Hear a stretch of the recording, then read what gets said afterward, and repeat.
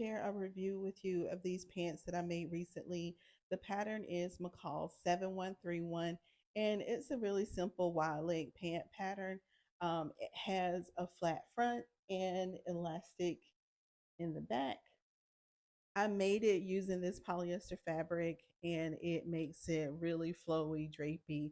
If you're just standing still, it looks like you're wearing a skirt, but once you walk, you can see that they're wide leg pants. The pattern has pleats in the front, but instead of doing the pleats, I just did gathering stitches, and it gives me the same look. I paired it with this turtleneck. The turtleneck pattern is Simplicity 9018.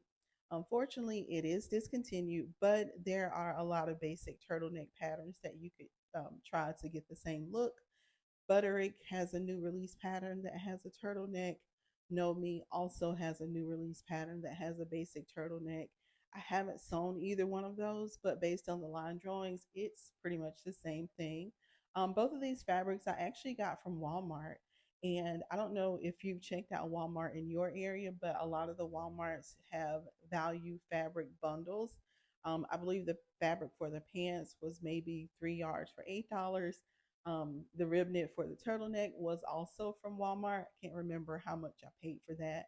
But I also did some shopping at Walmart recently.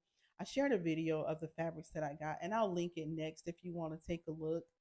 Usually the fabrics vary from store to store, but I have seen the videos that other people posted of fabrics they've got, and I've seen the same fabrics in my store. So I did get a lot of good fabrics in that video. So definitely take a look. Also, if you enjoy sewing related content, please consider subscribing to my channel. Also, if you enjoyed this video, please give it a like. Thank you so much for watching. My name is Danielle, and I hope you have a good rest of your day.